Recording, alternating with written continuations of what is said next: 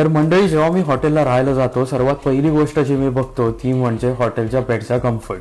तर तोच कम्फर्ट आणि मेडिकल फीचर्स असलेला ऑर्थो फ्लो मॅट्रेस मी आमच्या होमस्टेसाठी मागवला.